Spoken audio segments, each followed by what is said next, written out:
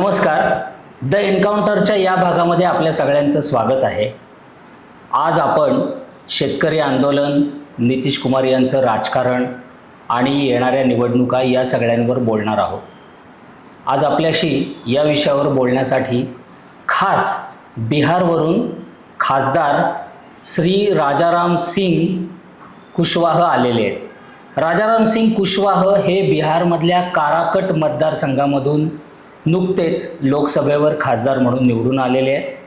ते शेतकऱ्यांचे नेते आहेत आणि ते महाराष्ट्रामध्ये शेतकरी आणि कामगारांच्या आंदोलनामध्ये विविध गोष्टी बोलण्यासाठीही आलेले आहेत.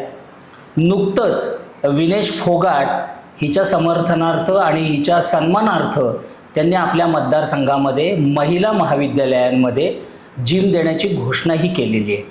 आपण त्यांच्याशी या विविध विषयांवर बोलण्याचा प्रयत्न करू. ही मुलाखत अर्थातच हिंदीमध्ये आहे. आपण सुरू करूयात. सर नमस्ते. नमस्ते. आप अगर मतलब मैं कहूँ कि आप बिहार से है तो एक ऑटोमेटिक एक प्रश्न आ जाता है कि नीतीश कुमार का राजकारण क्या है, आपको क्या लगता है? नीतीश कुमार जी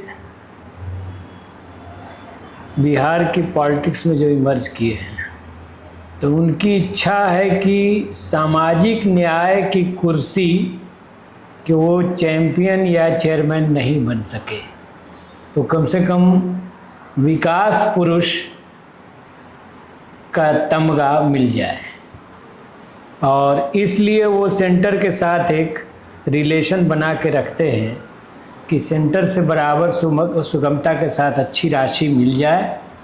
जाहिर सी बात है बिहार में जो भी काम होगा उसका श्रेय तो मुख्यमंत्री को जाएगा, तो इसलिए वो इसकी कोशिश में लगे रहते हैं.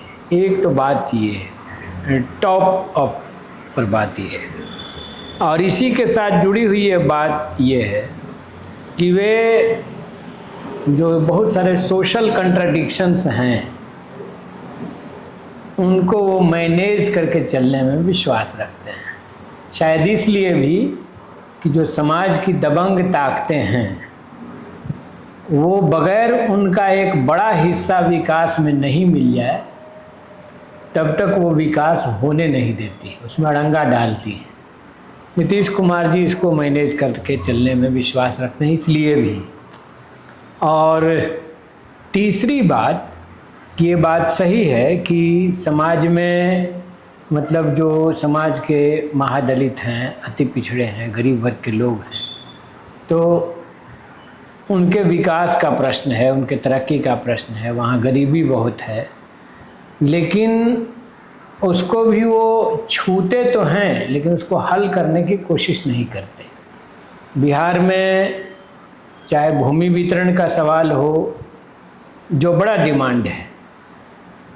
जब तेजस्वी जी के साथ नीतीश जी की सरकार थी तो एक जाति जनगणना हुई थी जिसने नेशनल लेवल पर भी बड़ा प्रेशर बना के रखा है. और इस जनगणना से भाजपा परेशान भी है कि अगर ये नेशनल माइंडसेट में बन गया तो उनका क्या होगा, और उसके ऊपर वो कुछ बोलती भी नहीं है. इसका ब्रॉड सपोर्ट जो है और बड़ा सपोर्ट इंडिया गठबंधन के पक्ष में जाएगा.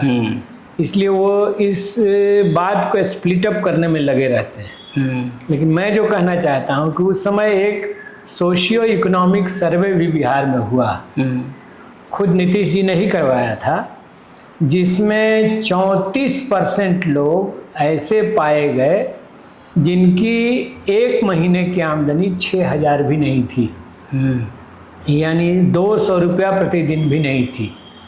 तो उसके लिए ऐलान किया गया कि हम उन आर्थिक रूप से कमज़ोर परिवारों को 2 लाख रुपया प्रति परिवार सरकार देगी.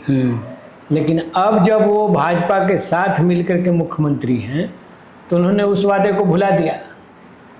अब वो उसको याद नहीं करना चाहते अभी, बल्कि भाकपा माले ने इसी सवाल को केंद्रित करके हक दो वादा निभाओ का अभियान चला रखा है. शुरुआती दौर में जब वो पहली बार मुख्यमंत्री बने तो कुछ रेडिकल घोषणाएं उन्होंने की.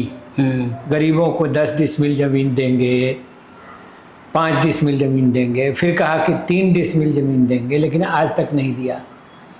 जो लाल झंडों की ताकत से गरीब जिन जगहों पर बसे हुए थे, बासगीत ज़मीन के पर्चे मिले हुए थे, उनको भी आज की तारीख में बुलडोजर तड़ा करके तोड़ने की कोशिश हुई। मतलब बुलडोजर राज बिहार में भी चल रहा है। जी, तो गरीबों पर बुलडोजर चले। हाँ, तो ये डबल इंजन की सरकार नहीं, डबल बुलडोजर की सरकार साबित हुई। तो वही मैं कह रहा हूँ कि इस कंट्राडिक्शन को वो मैनेज करने की कोशिश करते हैं और एक बीच बीच की पॉलिटिक्स करने का प्रयास करते रहते हैं। यही नीतीश जी की राजनीति है। अभी बहुत सारे लोग बोलते हैं कि ये सरकार 2025 के बाद नहीं चलेगी, मतलब मैं केंद्र की सरकार की बात कर रहा हूँ।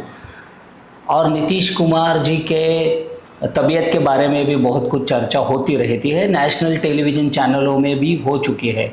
तो आपको क्या लगता है, ये सपोर्ट पीछे ले सकते हैं या उनकी पार्टी में कुछ गड़बड़ी हो सकती है? जैसे बीजेपी की कोशिश तो बराबर होती है कि हमारी अपनी सरकार अपने दल की कैसे बन जाए।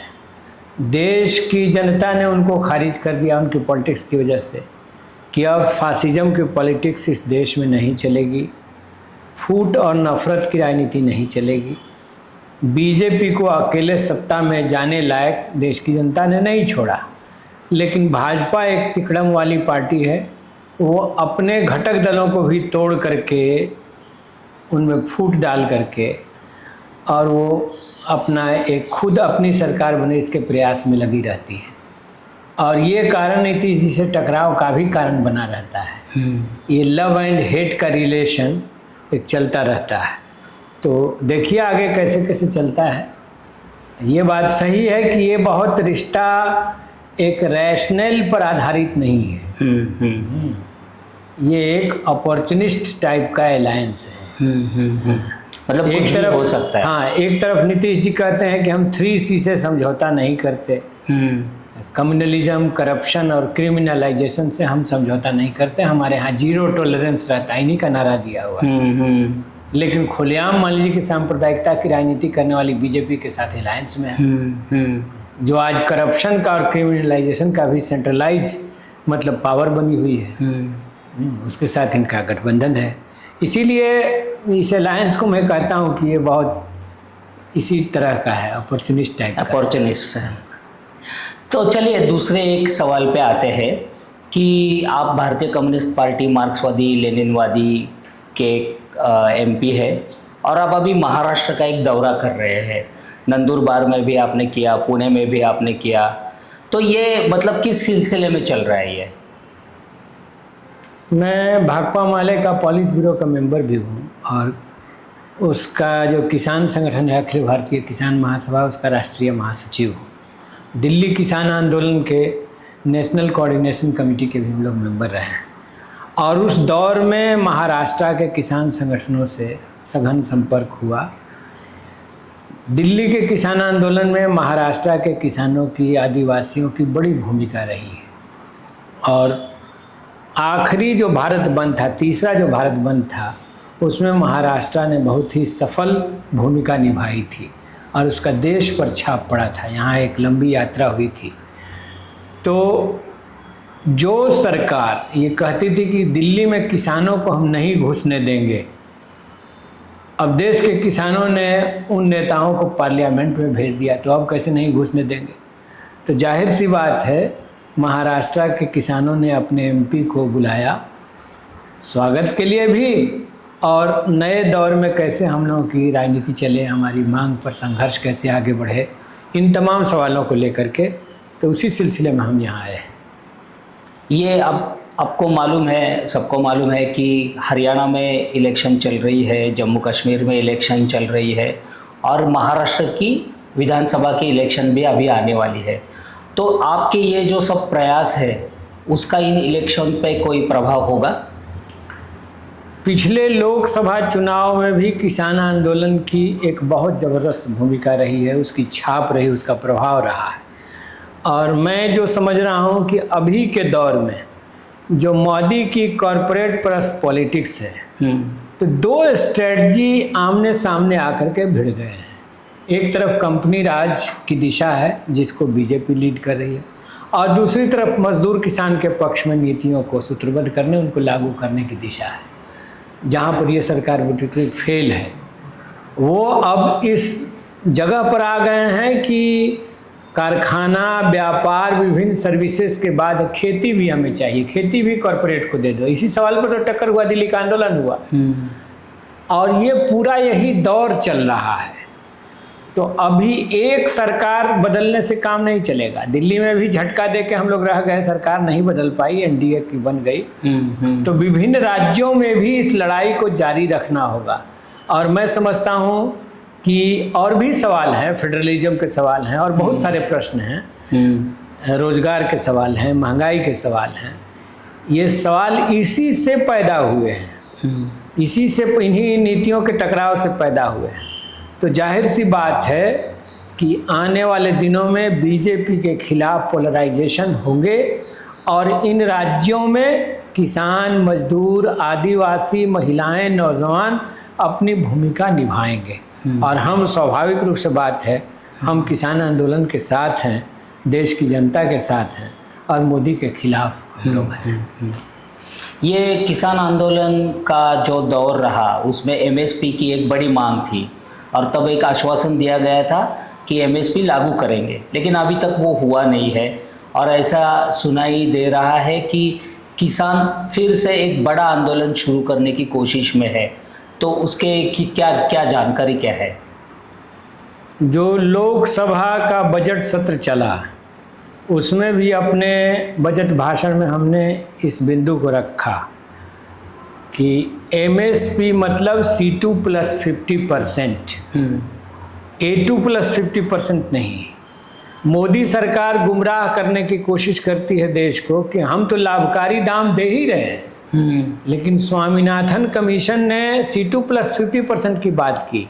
मतलब ये कि सारा कॉस्ट, परिवार का श्रम, जमीन का किराया, सब जोड़ करके जो प्रति क्विंटल उपजाने में किसी फसल को दाम लगता है, उसका 1.5 दाम तय किया जाना चाहिए खेती को लाभकारी बनाने के लिए। And this should be minimum support price.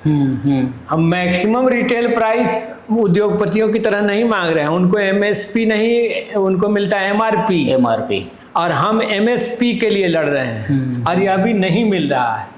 इसलिए स्वाभाविक बात है, देश का किसान आंदोलन इस पर नए सिरे से फिर से अपना मूवमेंट छेड़ने की तैयारी में है। उस पर भी हम लोग सहयोग दे रहे हैं, और पार्लियामेंट में भी इसकी आवाज़ को हम मुखरता से उठा रहे हैं। इस बार इंडिया गठबंधन के लगभग सारे दलों ने भी हमारे पक्ष में आवाज़ बुलंद की पार्लियामेंट के भीतर। मतलब इस बार शेतकरी आंदोलन में इंडिया गठबंधन डायरेक्टली शामिल होगा? मतलब पॉलिटिकल पार्टियां अपनी राजनीतिक ढंग से भूमिका निभाएंगी, किसान आंदोलन अपने ढंग से आगे बढ़ेगा, लेकिन दोनों के बीच में एक कहिए उसको तालमेल तो रहेगा ही, एक सहयोग रहेगा, एक दूसरे को सहयोग रहेगा, समर्थन रहेगा, और वो हम कर रहे हैं। मतलब एक अगले साल से कुछ एक अलग राजनीति दिखाई दे सकती है।